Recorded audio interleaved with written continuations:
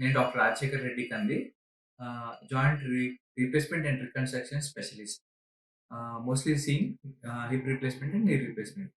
అందరూ knee replacement గురించి ముందుగా ఏం జేస్తారు? ఏ ఇంప్లాంట్ ఏస్తారని మాట్లాడతారు గానీ, నీ రీప్లేస్‌మెంట్ అయిన తర్వాత తీసుకోవాల్సిన జాగ్రత్తలు, రికవరీ ఫాస్ట్‌గా అవ్వాలంటే తీసుకోవాల్సిన జాగ్రత్తలు, ప్లస్ చేయాల్సినవి, ప్లస్ ఏమేమి అవాయిడ్ జేయాలో అవన్నీ ఇప్పుడు డిస్కస్ చేద్దాం.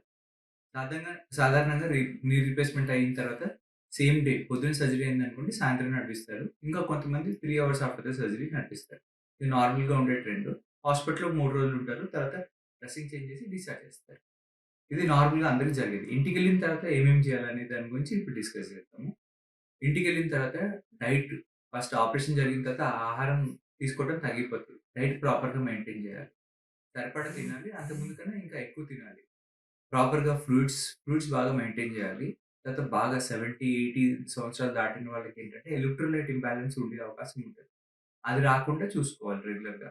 అందుకని ఆహారం అప్రోప్రియేట్‌గా తీసుకోవాలి. ఫ్లూయిడ్స్ కూడా సరిపడా తీసుకోవాలి. ఈ 2 జాగ్రత్తలు తీసుకోవాలి. ఇంకా రాత్రి పూట ఎక్కువగా నీళ్లు తాగటం ప్రిఫర్ చేయొద్దు. 7, 8 తర్వాత ఎక్కువ తాగు ఎక్కువ తీసుకున్నాననుకోండి రాత్రంతా మళ్ళీ బాత్రూమ్‌కెళ్ళాల్సొస్తది. కాబట్టి దానివల్ల మీకు నొప్పులు పెరిగే అవకాశం ఎక్కువ. ఇది ఫస్ట్. తర్వాత రెండోది మూవ్‌మెంట్. మీరు ఎంత వాడితే ఆపరేషన్ జరిగిన తర్వాత నీ రీప్లేస్‌మెంట్ సర్జరీ అనేది మీరు మోకాళ్ళు వాడుకోవటానికి కోసం చేసిన ఆపరేషన్. మీరు ఎన్ని సార్లు వాడి, ఎన్ని సార్లు ఫిజియో చేసుకొని, ఎన్ని సార్లు మీరు ఎక్సర్‌సైజ్ చేసుకుంటే అంత త్వరగా రికవరీ అయితది. కదిలించకుండా ఉండి చాలా సేపు ఉంచి తర్వాత సడెన్‌గా మూవ్ చేశారనుకోండి, అప్పుడు నొప్పి తొందరగా వస్తుంది.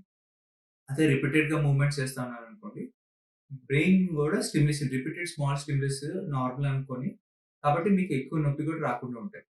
లేకపోతే ఫిజియోథెరపీ సెషన్స్ మామూలుగా. చాలా మంది అసలు ఫిజియోథెరపిస్ట్ వస్తున్నారంటే గడగడగా వణికిపోతారు. కానీ ఫిజియోథెరపీ అనేది కంపల్సరీ కావాలి. మినిమమ్ ఆఫ్ 4 వీక్స్ అనేది ఐడియల్‌గా.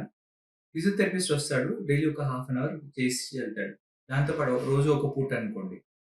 దాంతో పాటు ఇంకొక 2 పూటలు మీరు కూడా చేయాల్సొస్తది. ఆయన మధ్యాహ్నం వచ్చారనుకోండి, పొద్దున మీరు ఒక హాఫ్ అన్ అవర్, మధ్యాహ్నం ఆయన ఒక హాఫ్ అన్ అవర్ చేస్తాడు. సాయంత్రం ఇంకొక హాఫ్ అన్ అవర్. అట్లా చేయడం వల్ల హాఫ్ అన్ అవర్ అట్లా 3 టైమ్స్ చేయటం వల్ల మీకు రికవరీ అనేది ఫాస్ట్‌గా ఉంటది. రికవరీ ఫాస్ట్‌గా ఉంటది కాబట్టి మజిల్ స్ట్రెంత్ తొందరగా పెరుగుతది. రికవరీ ఫాస్ట్‌గా ఉంటది. తర్వాత చేయకూడని పనులు గూడా ఉన్నాయి. ఆపరేషన్ అయిన తర్వాత కింద కూర్చోవటం, బాస పట్టలేసుకొని కూర్చోవటం, ఇండియన్ టాయిలెట్‌కెళ్ళటం. ఇలాంటివి చేయకూడదు. బాస పట్టలేసుకొని కూర్చోవటం అనేది మంచం మీద కూర్చోవచ్చు. అది కొన్ని రోజుల తర్వాత 1 మంత్ తర్వాత ఫ్రీగా వస్తుంది. కానీ ఇండియన్ టాయిలెట్‌కెళ్ళటానికి, కింద కూర్చోవడానికి మాత్రం చేయకూడదు. ఇప్పుడు కొత్త జాయింట్స్ తోటి అది గూడా వస్తుంది కానీ అలా చేయటం వల్ల ఇంప్లాంట్ లైఫ్ అనేది తగ్గిపోతా ఉంటది.